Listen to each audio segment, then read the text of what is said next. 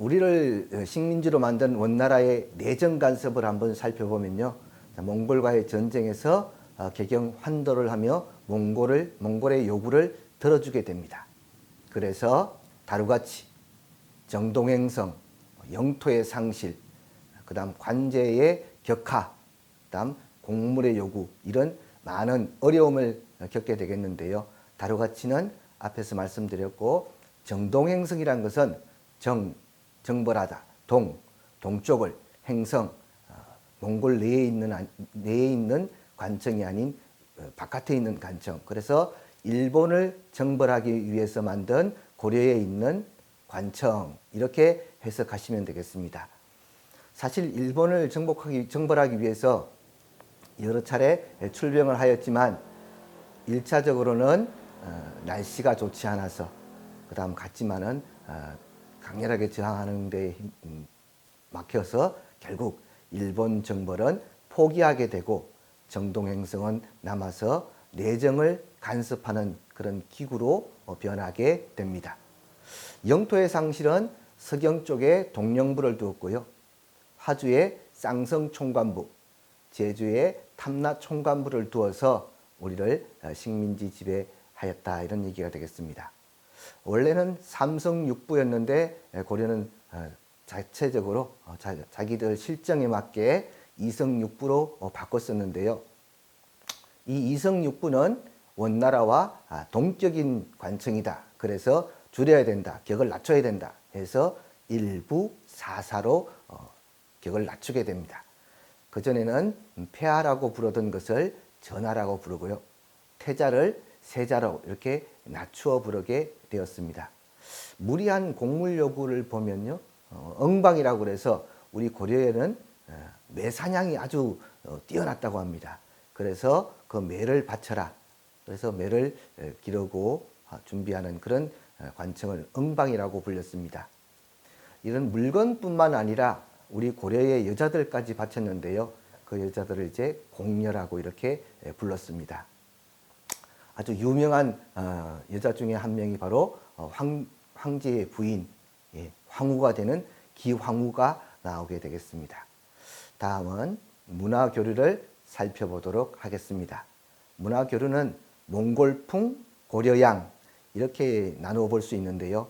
우리가 몽골의 것을 받아들인 것만 아니라 몽골도 또한 고려의 것을 받아들여서 유행하게 되었다는 것입니다. 우리나라에 남아있는 몽골의 풍습을 살펴보면 만두, 소주, 수라상, 수라, 무수리, 연지곤지, 이 연지곤지는 최남선의 주장인데요. 어떻게 보면 맞지 않을 수도 있겠습니다. 고구려 벽화에 보면 벌써 연지곤지를 찍은 화장하는 모습이 보이는데, 어쨌거나 최남선은 이 연지곤지도 몽골의 풍습이다, 이렇게 주장을 합니다. 다음은 몽골에 유행했던 고려인들의 풍습, 상추쌈이 아주 유명했다고 합니다. 향기롭다고 극찬을 했던 상추쌈, 그 다음 고려의 과자, 고려병이 유행을 했다고 합니다. 이렇게 볼 때 두 나라는 서로 문화를 주고받으면서 교류했다고 볼 수 있겠습니다. 자, 이렇게 몽골에 대한 우리의 압박을 공민왕 이전부터도 뭐 그랬지만은 공민왕의 개혁 정치가 아주 유명합니다. 배경을 살펴보면은 계속되는 내정 간섭과 권문세족으로 성장한 그런 원나라 사람들 때문에 왕권이 약해지고, 이 왕권이 약해지는 데는 몽골에 능통한 그런 사람, 또는 국왕이 왕자 시절에 몽골에 들어가서 살아야 되는데요. 이때 함께 했던 사람이 권력자가 되는 것을 가지고 권문세족이라고 이렇게 불렀습니다. 이런 사람들이 권력을 독단하게 되겠습니다. 그 과정을 살펴보면요. 충렬왕 때는 동령부, 탐라 총관부를 회복해서 우리 영토로 만들었고요. 그 다음 친원 세력을 제거했습니다.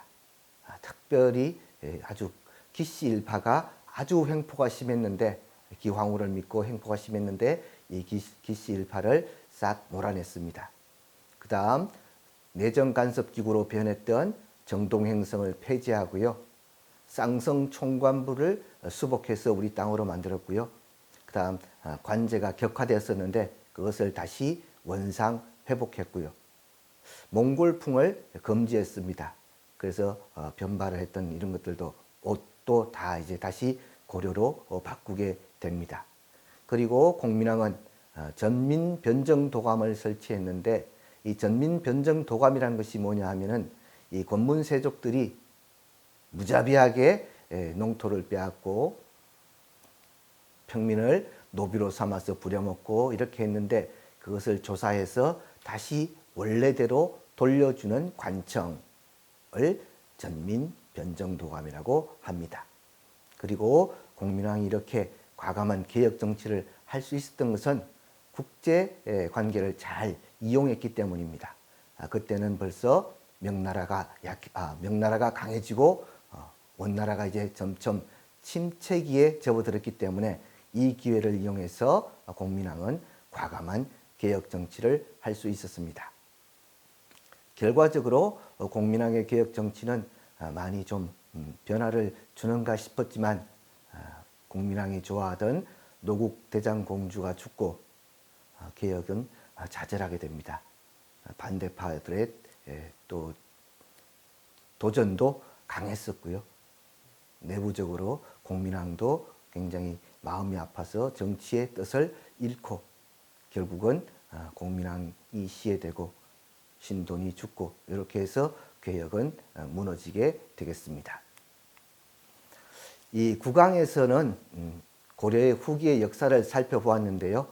고려 전기와 후기의 분수령이 되는 무신정변, 무신정변기의 사회 변화, 무신정변을 반대한 각 계층의 봉기 이런 내용들을 살펴보았습니다.